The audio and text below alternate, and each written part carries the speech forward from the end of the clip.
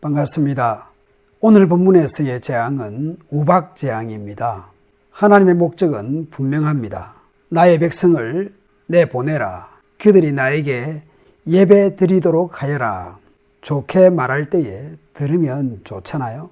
그러면 말씀하시는 하나님을 인정하는 것이고, 하나님은 하나님의 백성들로부터 예배를 받으시게 될 거지 않습니까? 그런데 바로가 하나님과 하나님 백성 사이에 끼어서 하나님 되심과 하나님의 백성됨을 방해하고 있고 못하게 하고 있는 상황입니다. 그러니 하나님께서는 바로를 벌 줄 수밖에 없는 상황입니다. 그래서 갈수록 더 센 재앙이 내리게 됩니다. 이번에는 내가 나의 온갖 재앙을 너와 너의 신하들과 백성에게 내려서 온 세상에 나와 같은 신이 없다는 것을 너희에게 알리겠다. 하나님께서 애굽 모든 사람을 죽이는 것이 목적이 아닙니다. 애굽 사람 다 없애고 그 땅에 이스라엘 백성들만 살게 하는 것이 목적이 아닙니다. 처음부터 내 백성으로 예배하게 하라. 그렇게 하기 위해서 내 백성을 내보내라. 그들은 너의 노예가 아니라 나의 백성이라는 메시지였습니다. 출애굽한 후에 죄악으로 관영한 가나안 땅에 심판을 내리시고 하나님의 백성들을 거기에 이주시켜서 하나님의 통치가 나타나는 제사장 나라를 세우는 것이 목적입니다. 그런데 애굽의 바로가 완악하고 교만해서 하나님의 백성을 내보내지 않으니 그래서 재앙이 내리게 됩니다. 아직도 교만한 마음을 버리지 못하고 나의 백성을 내보내지 않는다라고 말씀을 합니다. 바로의 완악한 또 다른 표현이 교만입니다. 스스로 높이는 것이죠. 자신이 제일 높다고 생각하는 것이죠. 하나님이 누구신데 내가 하나님의 말을 들어야 하는가? 계속 그런 자세입니다. 그러니 심판과 재앙이 임할 것이라고 경고합니다. 단순 경고 차원이 아니라 이미 재앙은 시작되었고 또 오늘 우박재앙이 예고되고 있습니다. 내일 이맘때에 내가 매우 큰 우박을 퍼부을 것이다. 이제 들에 있는 모든 것을 안전한 곳으로 대피시켜라. 만약에 집 안으로 들이지 않고 들에 남아있는 사람이나 짐승은 모두 우박에 맞아 죽을 것이다. 라고 예고합니다. 사람이나 짐승이나 맞아 죽을 정도의 큰 우박입니다. 그냥 채소가 상하는 정도가 아닙니다. 이런 재앙 예고가 바로 한 사람에게만 알려진 것이 아닙니다. 아름아름 알게 되었습니다. 그래서 애굽 사람들 중에 이 심판 예고에 대한 반응도 두 가지입니다. 주의 말씀을 두려워하는 사람과 주의 말씀을 마음에 두지 않는 사람으로 나누어집니다.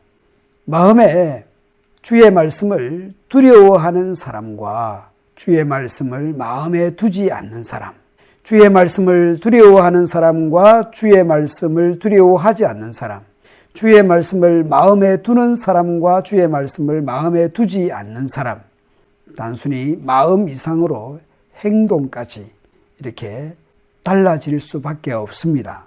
주의 말씀을 두려워하는 사람은, 주의 말씀을 마음에 둔 사람은 자기의 종과 집짐승을 집안으로 피하게 하였습니다. 그러나 주의 말씀을 두려워하지 않는 사람, 주의 말씀을 마음에 두지 않는 사람은 자신의 종과 집짐승을 들에 그대로 내버려 두었습니다. 주의 말씀을 마음에 두는 사람은 자기의 가축과 자기의 종들을 집에 두고 하나님 말씀을 마음에 두지 않는 사람은 그대로 들에 내버려 두었습니다. 마음과 행동이 따로 놀 수 없는 것이죠. 일치할 수밖에 없습니다. 믿는다면, 두려워한다면, 말씀을 마음에 둔다면 행동은 다를 수밖에 없습니다.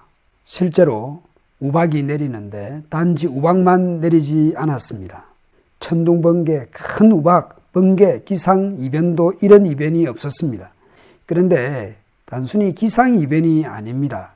내일 이맘때라고 하는 정한 날이 있었습니다.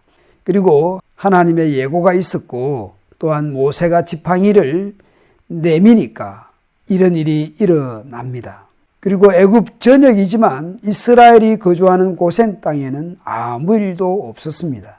이변이나 병고가 아니라 하나님의 행하심이고 하나님의 심판입니다. 그 피해의 규모를 보십시오. 사람, 짐승, 들에 있는 모든 것, 나무, 풀, 식물 등이 피해를 입습니다. 경고와 예고가 있은 후에 한 것이니 피할 시간을 주었습니다. 그 피해는 엄청났습니다. 그러자 바로가 어떻게 반응합니까? 지금껏 볼 수 없었던 반응입니다. 내가 죄를 지었다. 주께서 오롯이다. 나와 나의 백성은 옳지 못하다. 너는 주께 기도하여 하나님이 나에게 하신 이 천둥 소리와 하나님이 내리신 이 우박을 그치게 하여 다오. 내가 너희를 내보내겠다. 너희는 더 이상 여기에 머물지 않아도 괜찮다. 진정 회개를 하는 것처럼 보입니다. 모세는 바로의 부탁대로 기도하여 우박을 그치게 하였습니다. 그러자 바로와 그의 신하들은 원래대로 돌아갑니다. 언제 그랬냐는 뜻이 우박과 천둥 소리가 그친 것을 보니 야 이제 괜찮네. 살만하네. 살 것 같네. 그러니 이스라엘 백성들을 내보내지 않습니다. 이제라도 정신을 차리면 얼마나 좋을까요? 매를 얼마나 더 맞아야 될지. 고집 부릴 것을 고집 부려야죠. 예고와 정한 시간과 지팡이 신호와 함께 말씀하신 대로 예고하신 대로 진행되는 심판과 재앙을 보면서 그것을 경험하면서 전혀 바뀌지 않습니다. 애굽 땅과 고센 땅이 다 같은 애굽 땅인데 애굽인이나 이스라엘인이나 바로의 백성이고 바로의 노예 같은데 이스라엘의 농작물이나 애굽의 농작물이나 같은 것 같은데 그들의 짐승이나 애굽의 짐승이나 같은 것 같은데 하나님의 백성이 사는 땅과 소유에는 피해가 없습니다.